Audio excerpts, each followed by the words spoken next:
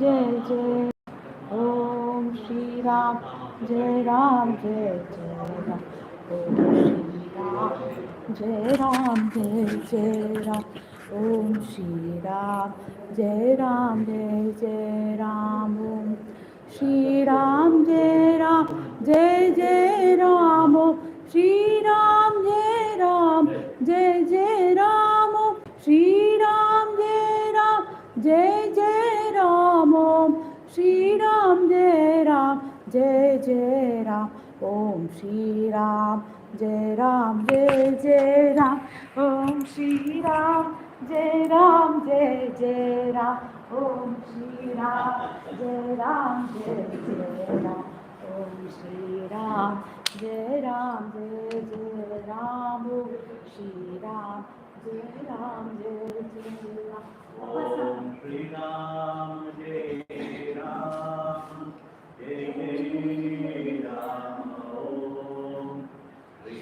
Om Shri Ram Jai Ram Jai Jai Ram Om Shri Ram Jai Ram Jai Jai Ram Om Shri Ram Jai Ram Jai Jai Ram Om Shri Ram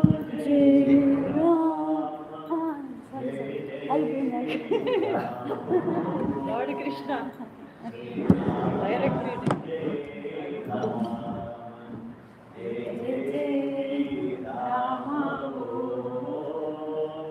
Shri Ram, Jai Ram, Jai Jai Ram, Om Shri Ram, Jai Ram, Jai Jai Ram, Om Shri Ram.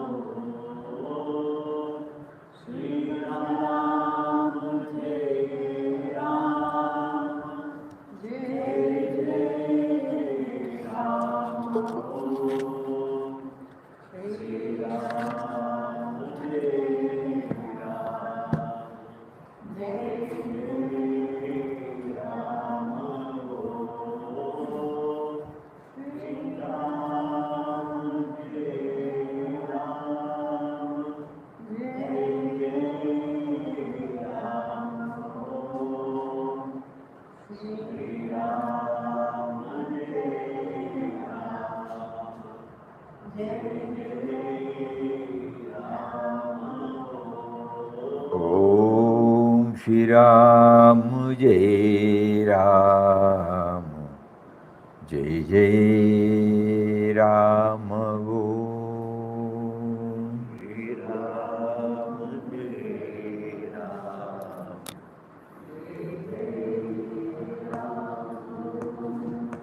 Shri Ram Jai Ram Jai Jai Ram Om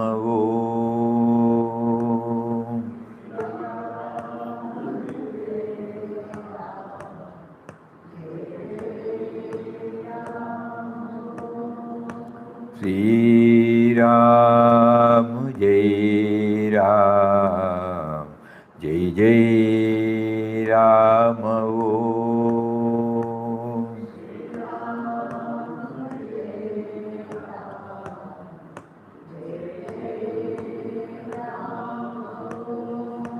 Shri Ram Jai Ram Jai Jai Ram Om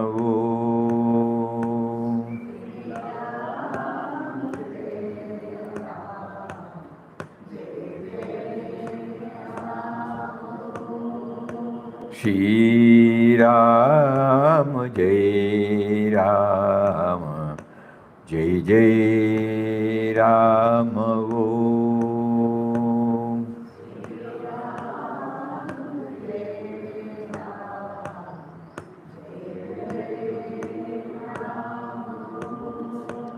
Shri Ram Jai Ram Jai Jai Ram Om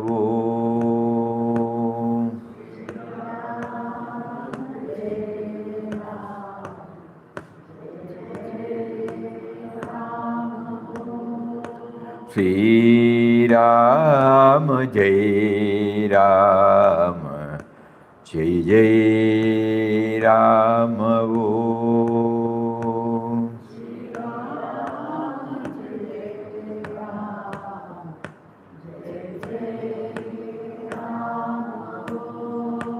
Shri Ram Jai Ram Jai Jai Ram Om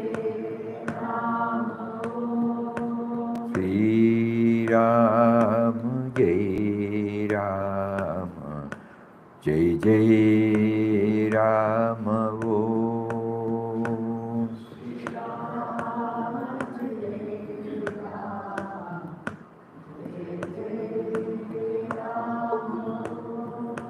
Shri Ram Jai Ram Jai Jai Ram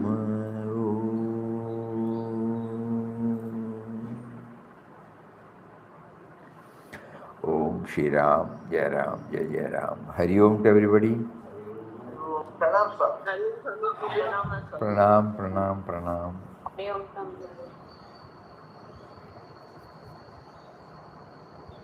Where did we leave yesterday? Shloka number 70. Apuryamanam Achala Pradishtam.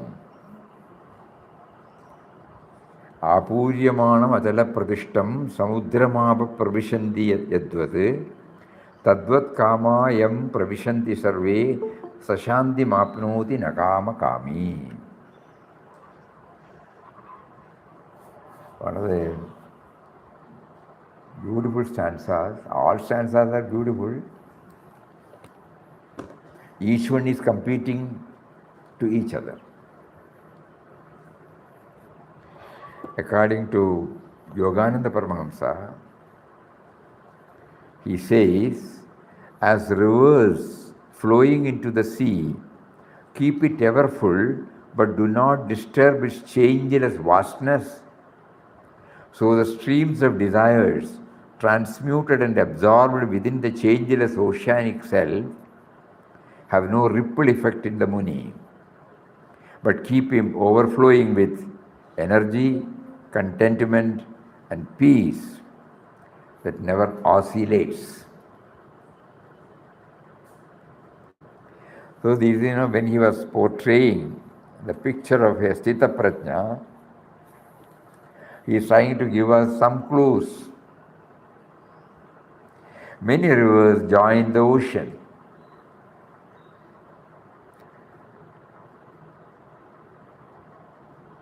Different types of water.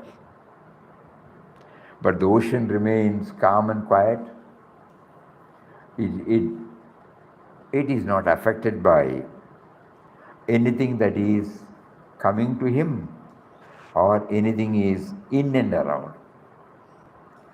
So he says the stitaprajna will be like this, even though he will be in the midst of all factors that normally take us down, downpulling tendencies. He remains untouched and unaffected.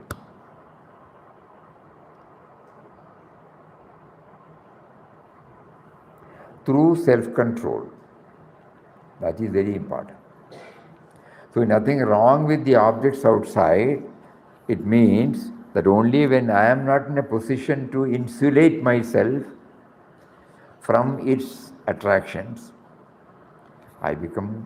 if I don't insulate, I become a prey to it. The ordinary man has no peace. His shallow mental reservoir is constantly roiled by the inrush of sensual stimulation. Restlessly he bores holes of desires in the dam of consciousness, draining away his inner powers and contentment.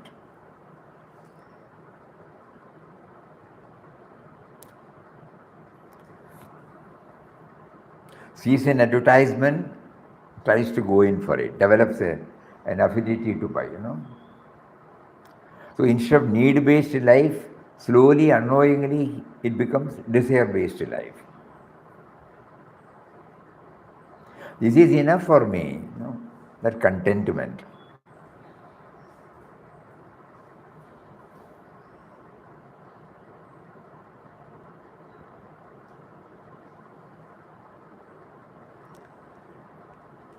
Even if somebody offers something, we lovingly accept but pass it on to somebody. The moment we retain it, it occupies our mind space.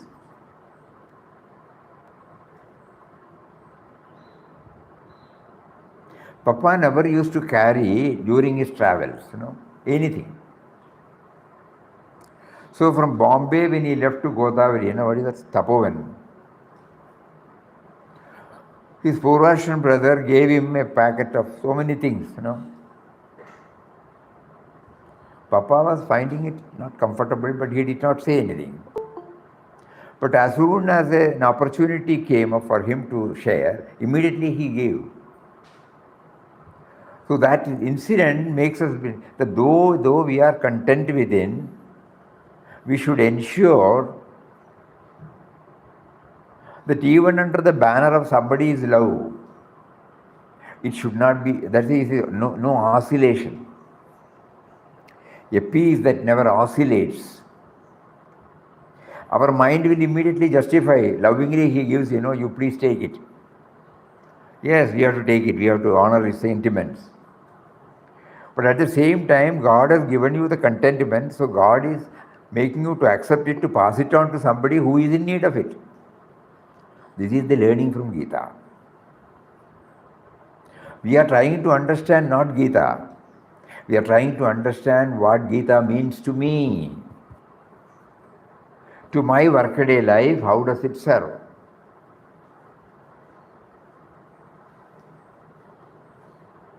Every stanza, every word we try with that, how to connect with me.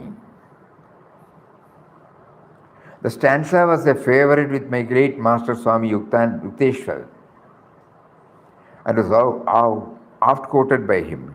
He would experience some new manifestation arising from his vast inner ocean of peace, an infinite sea, informed and fed by absorbing, transmuting the inflowing rivers of all material desires.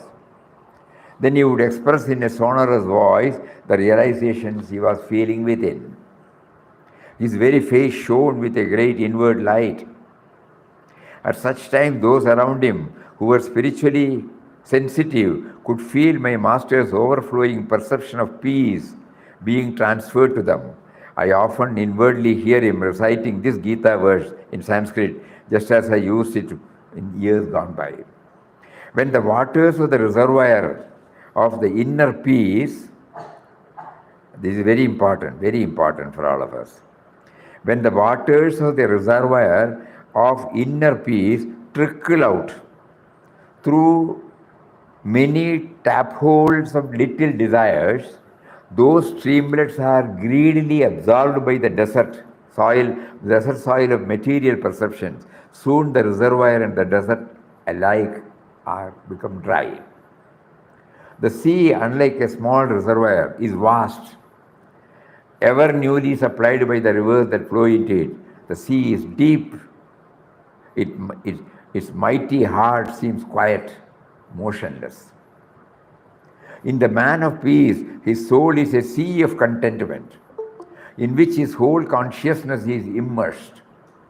Instead of losing that peace through the avenues of small yearnings, he absorbs within himself all the rivers of desires, thereby keeping his quiescent sea filled to the brim.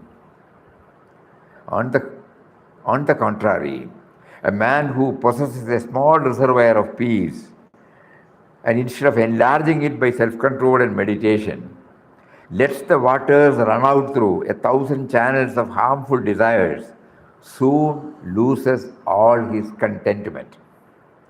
Thus is the advice of Gita. Do not drain dry your reservoir of peace by diverting its waters into channels of small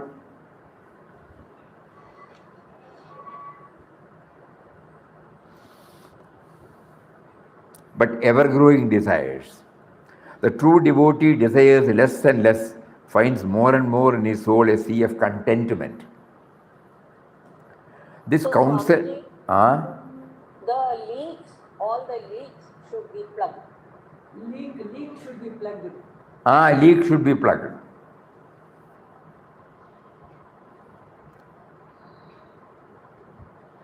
And ensure that we don't become enchained by more and more desires.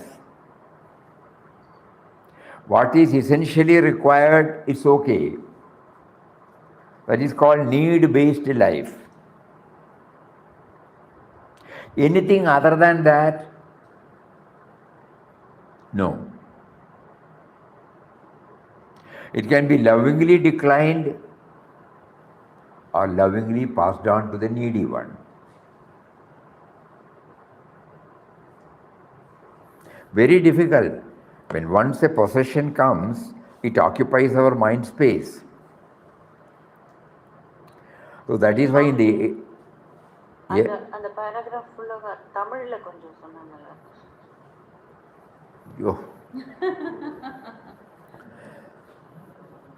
நிறைஞ்சிருக்கிற சமுத்திரத்தில் என்னதான் நதிகள் வந்து சேர்ந்தாலும் சமுத்திரத்துக்கு ஒன்றுமே ஆகிறதில்லை.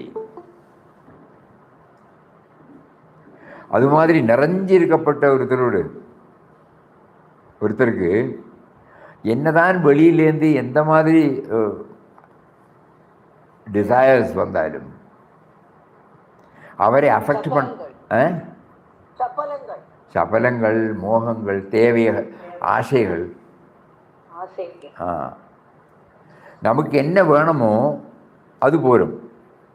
அட்வர்டைஸ்மெண்ட்டை பார்த்துட்டு நம்ம வாங்க போக வேண்டாம். நம்மளுக்கு என்ன தேவையோ அது வாங்கலாம், தப்பில்லை. அட்வர்டைஸ்மெண்ட்டில் நமக்கு வர என்னது, டிசைரை கிளப்பி விடுறா இல்லையா? தேவை இருக்கோ இல்லையோ அதை வாங்குவோம். நம்ம போய் வீட்டில் கொண்ட வைப்போம், ஆദ്യത്തെ கொஞ்ச நாள் யூஸ் பண்ணுவோம், பின்ன அது மூலையில் கிடக்கும். அப்படி தானே? 4 days we will have some extraordinary attention towards it. Then later on what happens? அது டஸ்ட்டு பிடிச்சி வெளியில் கிடக்கும். அப்போ என்ன தேவையோ, பரிமிதி பரிகிரகம் சொல்லுவான். எத்தனை வேணுமோ அத்தனை போதும்.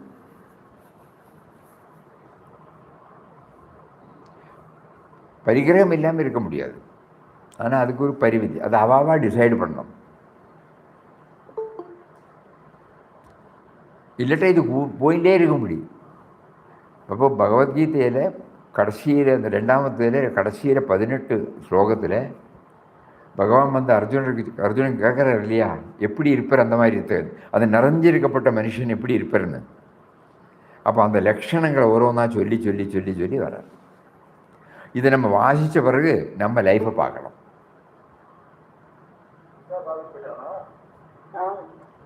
So we have to keep on connecting our life with the content of the Gita sloka. Then only the purpose will be served. Because we don't want any academic knowledge on Gita. We are not guided by the textual presentation. We want that essence to enter into us. So that so far what we have been leading the life, probably we may be able to change it to the barest minimum. Simple life.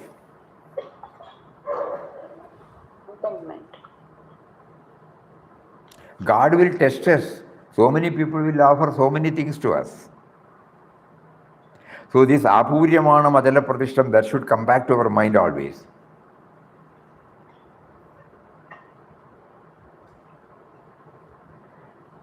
அதில் திருடமாக இருந்துன்னு சொன்னால், even if something comes, we will not be, our mind will not be oscillating, no? Before that he said, even if we deny, the craving may be there in our mind, vasanas. That also has to be uprooted. No? How do we uproot? Does not God know that what is needed for me? வேண்டான்னு சொல்கிறத அவளுக்கு உண்டாகும்னு சொன்னால் வாங்கிட்டு யாருக்கு தேவையோ அவளுக்கு pass on பண்ணணும். வேண்டான்னு சொல்லலாங்கிறத அதையும் சொல்லலாம், எனக்கு இருக்கு போரும்.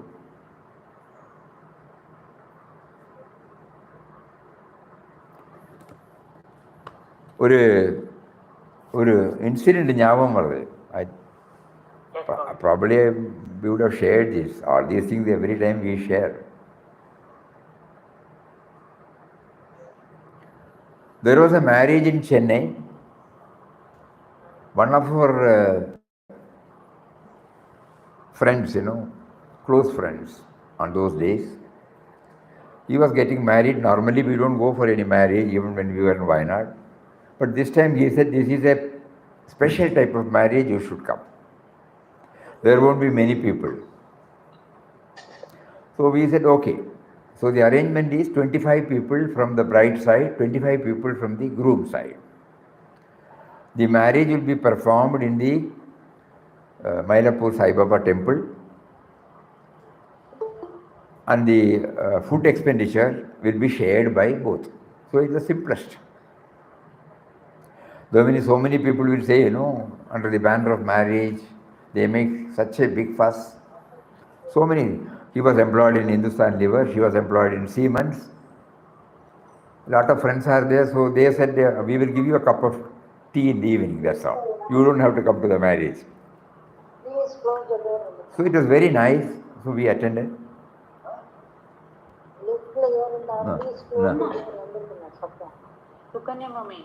மியூட் பண்ணு உங்களோட mic. Oh, I'm sorry. So at about 10 o'clock, we were there by 10 o'clock, 10:30, one person came in a cycle. Bicycle, ordinary bicycle. On his carrier, I saw something was there, covered. So as soon as he put the cycle on the stand, he uncovered it. It was a small Agni Kunda. Then some more things were there in a bag. So both he took and he asked, who is getting married? So and so. Where is it to be performed? Have you checked up with the temple authorities? They said this is the place. Oh. So immediately there were mats.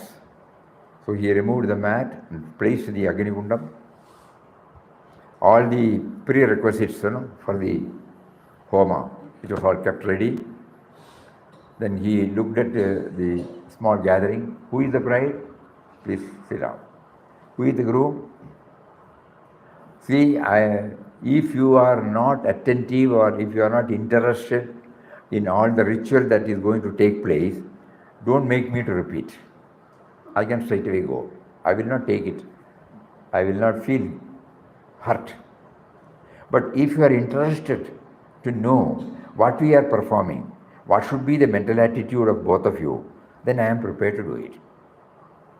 Immediately they said, no, we really want to know what you are doing it, how is it related to our life. He was very happy, he made them to sit. He started explaining all the meaning of the rituals. Kanhangad, Panigrahanam, Sakya Homam, Saptapadi. Elaborately explained about it. Wonderful explanation. And then afterwards, he performed the yajna. That means now both of you are going to be united in the presence of Agni Bhagavan.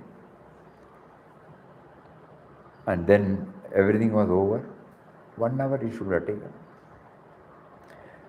After everything was over, when he declared everything is over, everybody got up. He immediately went to the tap, took a mug, got water, poured it in the Agni Kundam, extinguished the fire, then waited for a few minutes. Again he packed it, put it on the carrier, all bags, everything. Then he was about to get in and start. Everybody, bride and bridegroom and the party, they went, please have your meal and go and take some dakshina, He said, I don't eat wherever I go. You take, at least you tell us what is the dakshina to be performed. It was so wonderful. He said, there is nothing called dakshina. If you want to give something, you can give. So immediately they did not know what to do. So this must have happened in 70s, I think. So 250 rupees they put it in a cover, late 70s or early 80s. And then they put it in a cover. He immediately asked how much, took out his receipt book, gave the receipt for 250 rupees. It directly goes to Arya Samaj. He went there, cycling, went back. Wonderful incident. He knows both of them are employed, they are well up, they are well off. So anything he could have asked, absolutely zero he asked. But whatever he did it exactly, what should be, how it should be done. All the mantras with all its udatam and udatam, the meaning, and then he made them to go through that and performed it with the right spirit. It left a deep dent in the mind of not only the bride and bridegroom, but also the 48 people surrounded. Everything went off solemnly, beautiful. And this person, without asking anybody, in Bhagavad Gita, anapeksha, sujita, anapeksha, not depending upon anybody for anything. He did not ask, get me water, get me this, get me that. What is to be performed, he brought everything. He unfolded everything. He made it ready for the ritual. He performed the ritual. And then immediately after that, he wound up. He did not ask anybody's how, not even asking for anything. He did not wait for food. He did not ask for any dakshina. And when it was given, it was immediately, the receipt was given to the organization to which he belongs. When we say that contentment, apuryamanam atala pradishtam. Gita is entering into us if we understand this. God is teaching us through that individual. So many things may be happening, but you are contented. God has assigned this particular job, you are just going there, performing it, that's all. That karmanyeva adhikarasya, yesterday we were elaborately discussing. What is to be done, because it is God ordained, that's all. The outer persons are only the nimittam, instrumental causes, but God ordained. Everything is God ordained, so whatever He prompts us from within and without, we do it, and there ends the matter. He knows how to take it forward. Apuryamanam pradishtam. Though it has happened many, 2-3 decades back or 4-5 decades back, still it is so fresh. That person's face is so fresh because highly contented. No grumbling, no complaints. He was not telling that you should do this, you should do that. If you want to know the meaning, I will explain. He is not belittling anybody, but he is 100% perfect in what he does. And what he does should be, he was only proposing that if you go through the whole thing again, you will also enjoy. Because you are going to perform this. You are going to join. So, through such types of examples, we try to understand the meaning of Bhagavad Gita. This is how the Gita will enter into us. Otherwise, it will be academic. We can chant this for 100 times, read out the comments of anybody.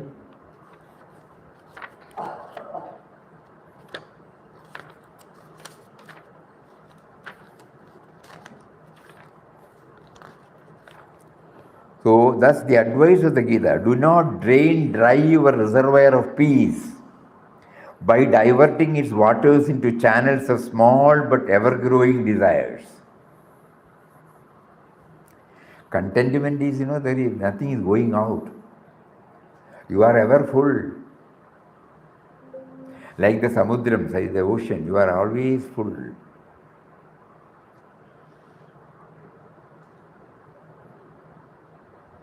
The true devotee desires less and less and finds more and more in his soul a sea of contentment.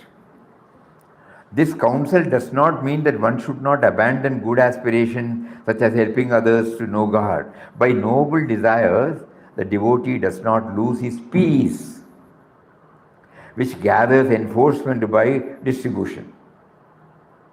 This paradox is similar to, for unto every one that shall be given, he shall have abundance.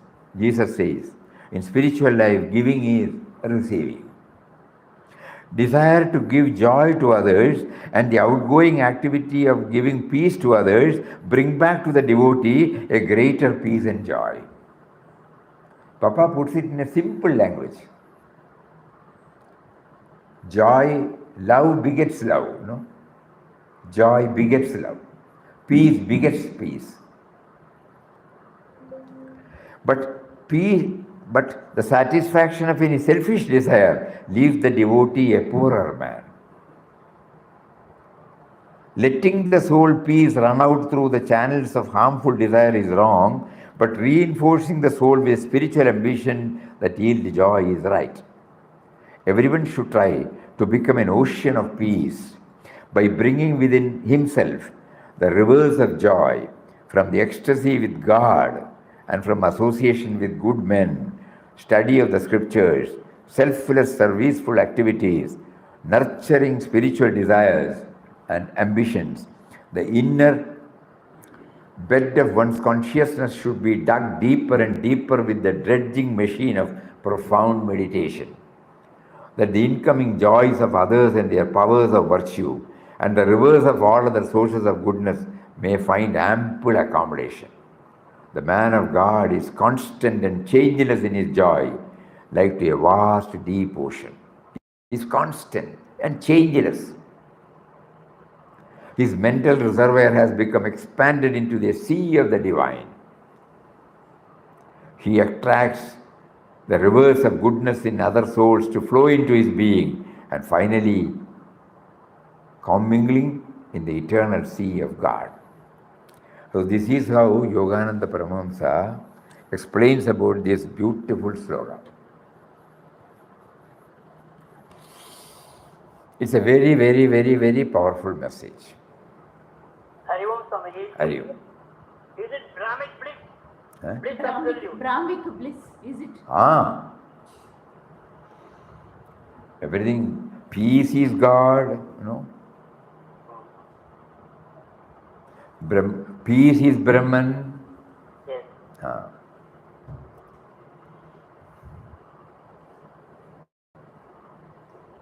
Hari Om Swamiji. Thank you very much. Thank you very much, Kind. So this should go deep into us.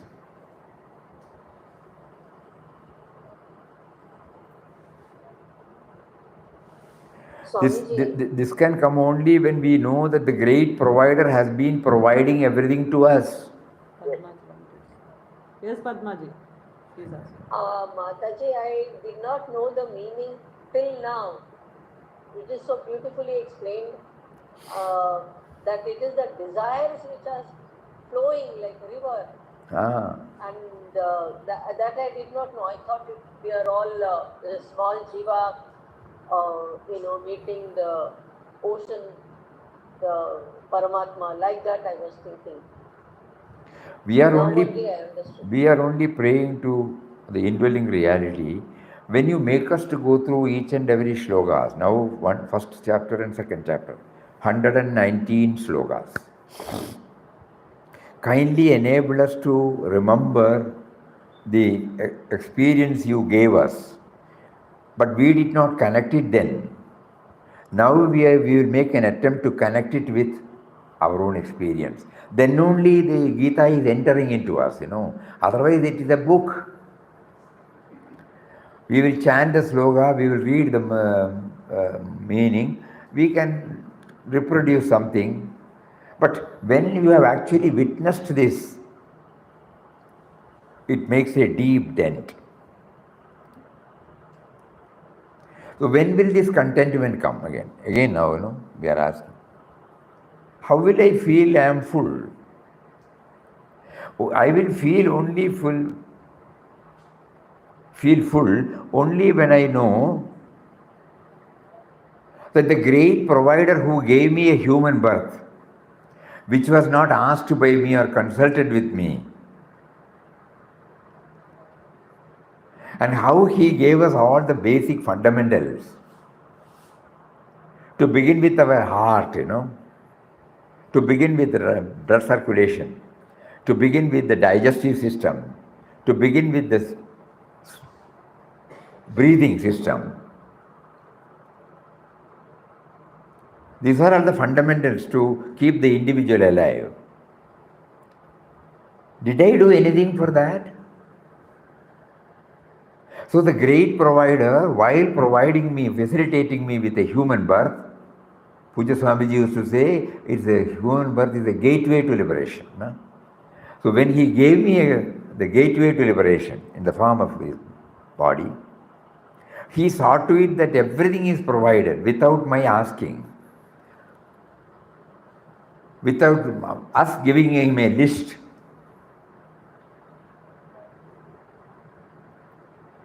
then does he not know what is to be given to me?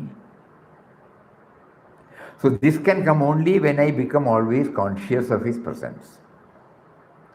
Papa could do it because he was always constantly remembering him that the great giver has been giving. It is not has given, has been giving. Perfect continuous,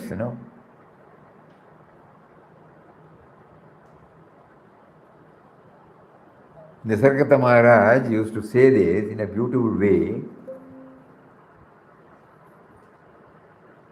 Some portions.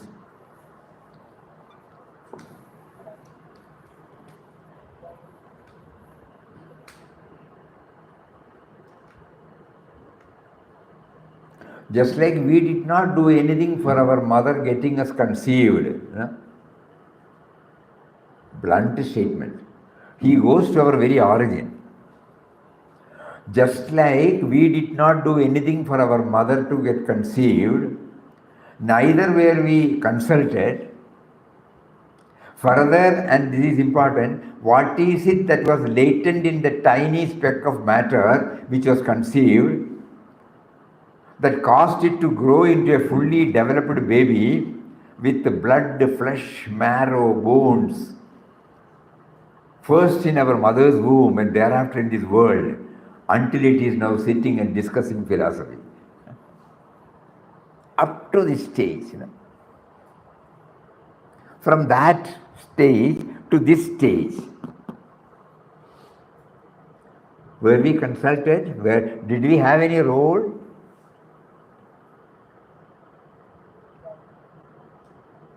The body has during its growth assumed various images which we have considered to be us at different times. I am this, I am that.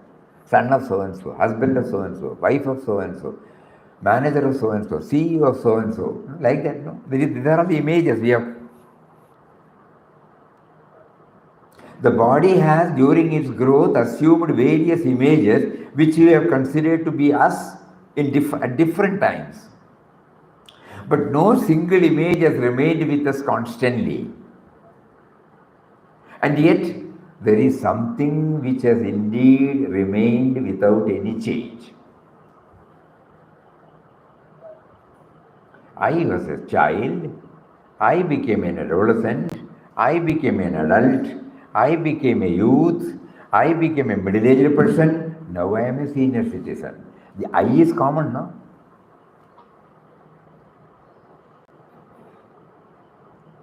No single image has remained with us constantly, yet there is something which has indeed remained without any change. We then realize it. It is because of this unchanging factor. Our sense of being is alive and present in the form of consciousness, which gives sentience and energy to the psychosomatic apparatus known as the body. So the great provider has been providing right from the seed level. Does he not know? When Papa said God arranges all things in his own way, at the time he appoints, which is the basis of this Anandashram, no?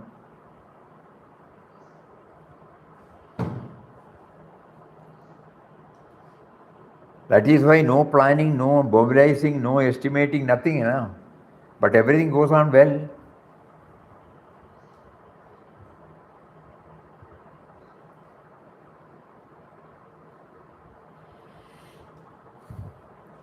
All these things, this particular sloka touches and kindles in us. Apuryamanam achala pradishtam. Just like the karmanyevadhikaraste, because we owe everything to the creation. And through the creation to the creator, we cannot appropriate the karma phala, the fruits of our action, to ourselves only.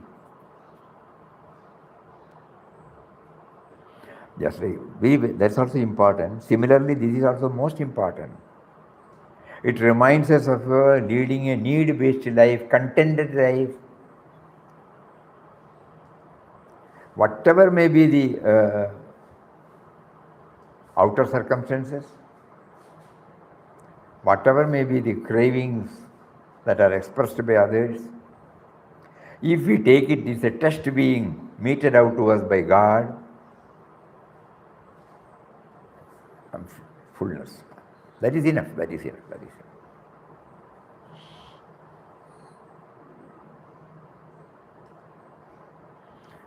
So we will go through the sloka once again.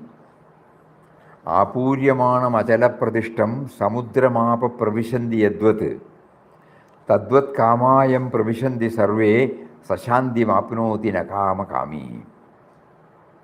Because if we run after the various vishayas, we will not have any peace of mind. Sashanti mapnoti nakama kami. So this is something in a workaday life. It is a hint to lead a contented, peaceful life. Anything else by anybody?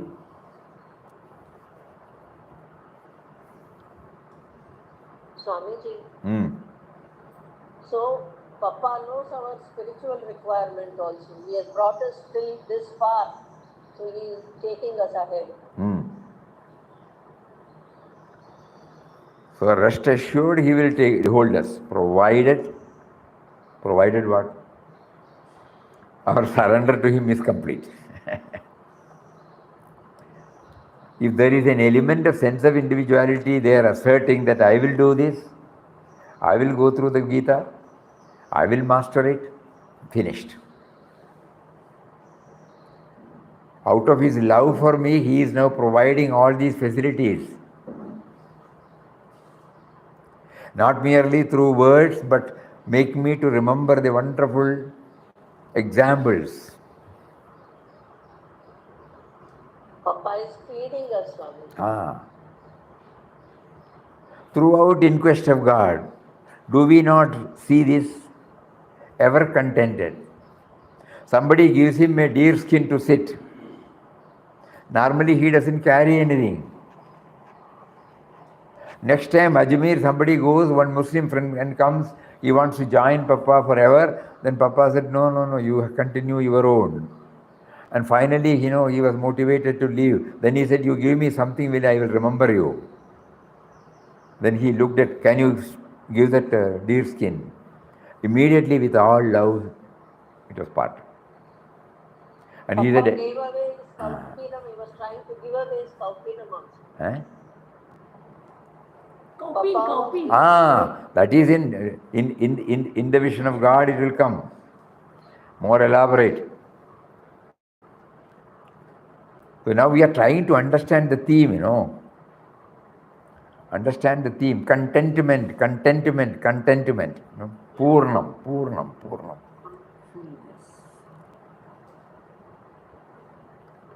So this Apuryamanam Achala Pradishtam brings that, will not be. Please enable me not to get tossed by this desire or this craving. You are with me, that is enough. But make me aware that you are with me, that's all. Whenever I become, I contract to myself, all these problems come. But when I know you are with me, guiding me, leading me, holding my hand, then I don't have to plan anything for myself.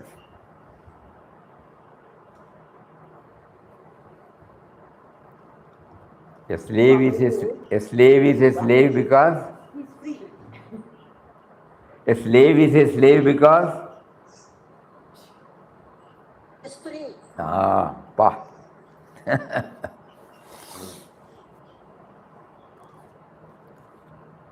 Swami, party stroke. 40. Swamiji. Party. Okay.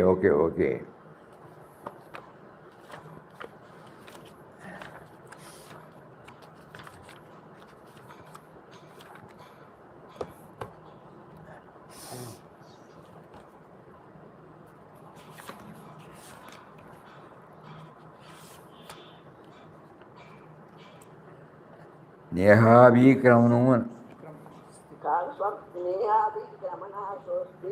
प्रत्यवायो न विद्यते स्वल्पमप्यस्य धर्मस्य त्रायते महतो भयात्. Yeah, this is also very important because we always complain, no, we will not be able to do all, we will not be able to master all. So at least here, Lord Krishna gives us Swalpam apyasya dharmasya. Even if you practice, even if you become a 5% yogi or a 10% yogi, that will also be helpful. Anyway, the whole thing we will first again read. In this path of yoga, there is no loss of unfinished effort for realization, nor is there creation of contrary effects. Even a tiny bit of this real religion protects one from great fear. Yoga is the path of spiritual action, the infallible means by which concept is transmuted into realization. Yoga is a beautiful explanation. The infallible means by which concept is translated into realization. For those who embrace the real religion of course is a spirituality, okay. There is no waste of any holy effort. The least attempt will be to their lasting benefit. Least effort will be to their lasting effort. Mathematically certain, right spiritual endeavor to reach God produces only salutary results, whereas material pursuits are like wandering in blind alleys, risking encounters with their unseen hazards. Herein is a message of encouragement to devotees who, having entered the spiritual path, have not yet achieved any noticeable progress. In the material world, all success are known by their tangible, though often short-lasting results. But in the spiritual path, all results, being primarily psychological, are intangible. They are real nonetheless and everlasting beneficial.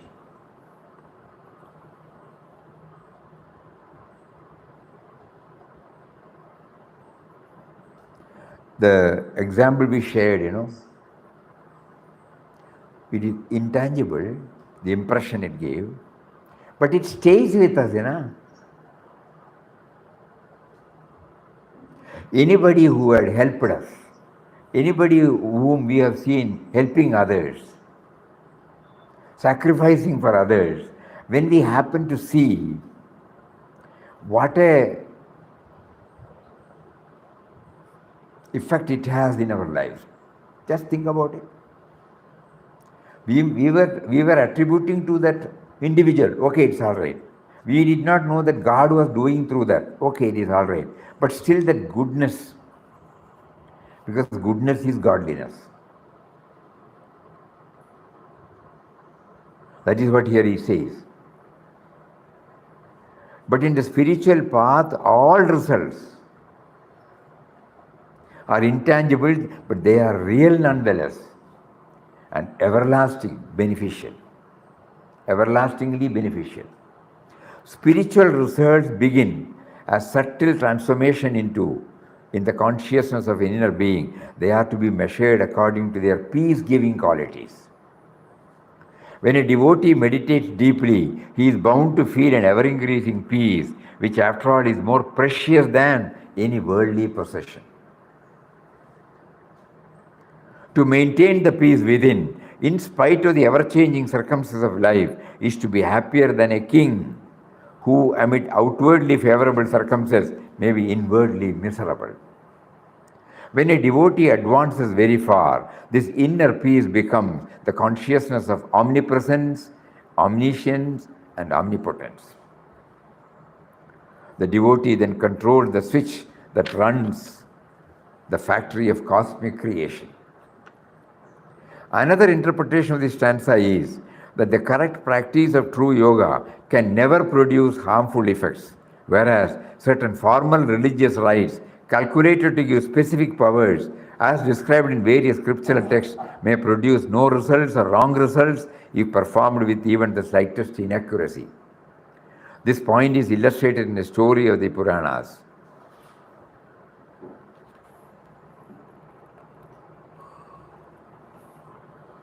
The devotee should understand that at the worst, right methods of meditation can never produce untoward results.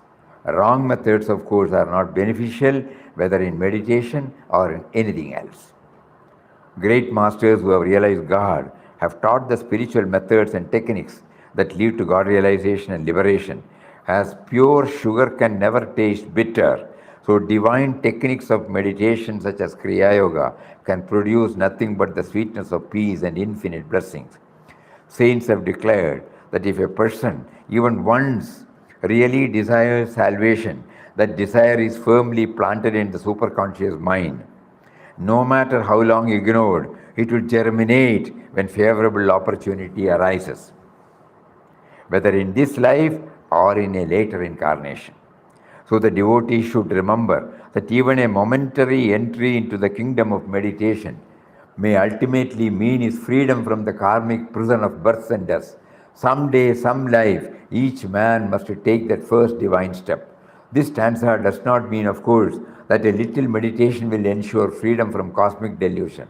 The Gita simply points out that it is far better to start on the path of eternal safety by meditation than to remain on the death-ending material plane of thought. If even a mere desire for liberation ultimately leads one to liberation, it is obvious that determined, steady effort at meditation must immensely quicken one's spiritual evolution. Until the desire for liberation is first awakened in the heart and fulfilled by meditation, salvation is impossible even though one passes through innumerable incarnations.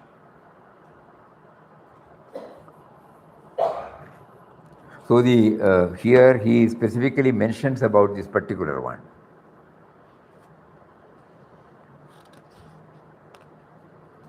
This yoga means Nishkama yoga.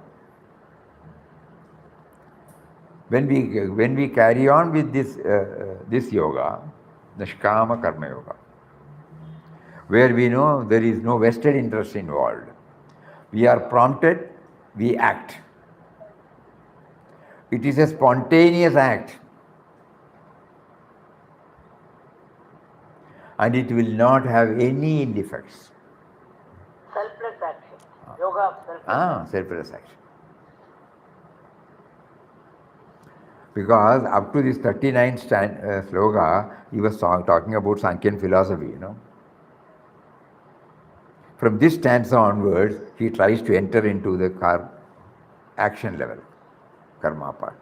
So he first introduces this, that even if you do a small act of kindness, an act of goodness, that will not go in vain.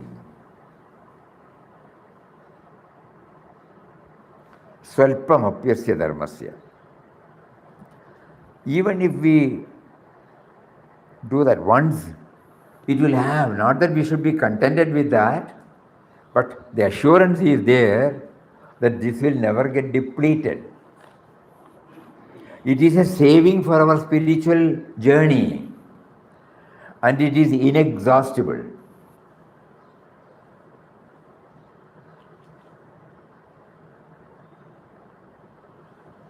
Whenever God provides an opportunity for us to hear, to learn, to experience, to involve in such noble activities, we must, because we have been assured now that it will not go in vain.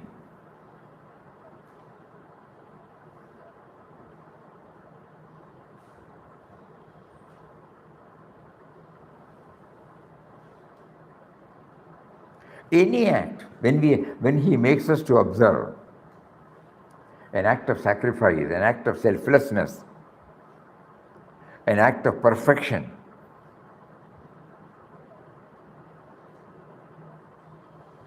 we used to share, we still remember that girl sharing that achar.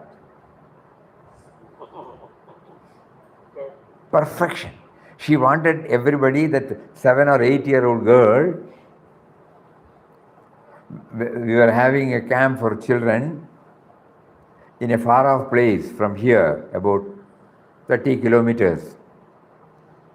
It was an estate, about 60 to 70 children had attended that camp. And so at the time of food, everybody was serving one thing. This girl took the achar, no? Pickle. Pickle jar or pickle bottle. The scene is still before us vividly. We were all sitting on the row.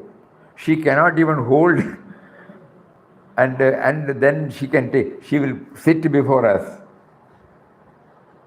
place the bottle, takes the spoon. It is so sticky. So she takes, and then she will do like this until the pickle reaches the plate, and then she will move to the next. Whether anybody has watched it or not, we were watching that scene. Patiently, perseveringly. She was not doing from her angle, she was not doing any seva. She was concentrating upon the perfection. No? And the perfection will be definitely beneficial to others. So this why we remember still, That means any act of goodness, any act of kindness, any act of selflessness, any act of sacrifice, any act of perfection. It is always a space in your heart. This is what this sloka says. So nothing goes in vain. When God provides so many such wonderful opportunities, the world we live in is a school, no? His Papa says, in which observation and experience offer us immense possibilities for self-improvement. Nay, the world itself is Guru or God. So that gives us, when we serve the achar to somebody, that girl will come and tell us, are you properly giving? This is the effect. Direct. It will not get erased from our heart. Even that one single act has its profound significance in our life. When everybody is seated, when we are serving each other, we will ensure that everybody gets everything, Because the girl reminds us. So even a simple act of goodness, Svalpam apyasya dharmasya trayate mahado bhayat. So that is the meaning. These three stanzas, today we went through it again. Very, very, very, very thought-provoking. We are now slowly trying to realize that how Gita is slowly entering into us.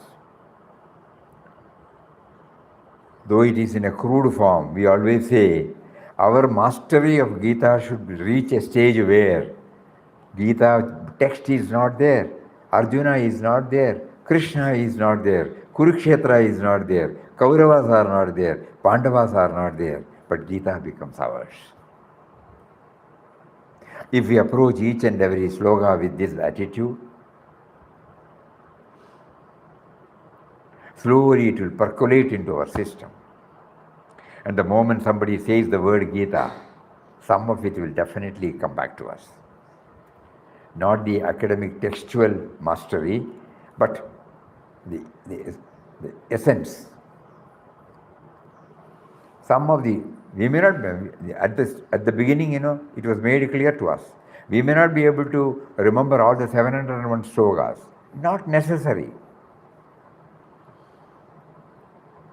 A few slokas from each chapter, more than necessary. That will have its, and then later on now we find that it will lead us to another sloka. You may not know, but somebody will ask like this, and then we see how it is practical. Swamiji, yes? tell me why it is called Sankhya Yoga. Is it because it is... Because analysis, in the first, analysis. Deep, Brahman. in the when he started this in the 10th or 11th sloka, up to this 39, he was talking about the transient nature of the body and also about the transient nature of the world and also about the supremacy of the indwelling reality. So this is all connected to Sankhyan philosophy. So it is multifaceted, no? Gita is multifaceted. It doesn't concentrate on one. Immediately he knew he is talking to a man on the field. So the karma also should enter there. A background on the Sankhyan philosophy should be there. But what we are now entering into, we are not sitting in the static state. We are all in the dynamic state. So we need the karma theory. This is easy for us, you know. But that also should be there in our mind, in the subconscious level. The God, the indwelling reality, the nameless, formless energy or power, He is there, He is there. Swamiji, how is it beautifully led to a man of steady wisdom? Slowly, you know, when he explains about this, he did not mention, as I said yesterday, he did not mention the word stitaprajna. But he made, when Arjuna was trying to absorb and assimilate this, he could name it, put the label, stitaprajna. That means the Shishya was also going along with the precepts. And the apex, the acme is the Apuryamana Machala Pratishtha. Apuryamana Machala Pratishtha. And 70th, 70th. 72 he closes, you know. It is a wonderful chapter. Again to go and go. Tomorrow is Sunday, we are having enough. Monday when you come, you can bring some more, no? This interactive session will definitely help us to go deeper and deeper into it. So that we are moving closer to Gita now. As Ranganathanji said, we are not keeping the glass out and putting flowers and glories, but slowly trying to now taste.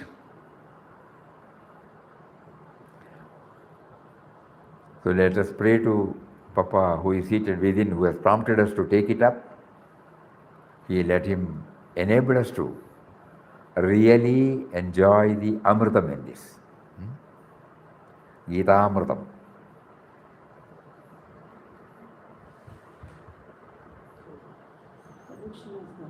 Elixir of Advaita.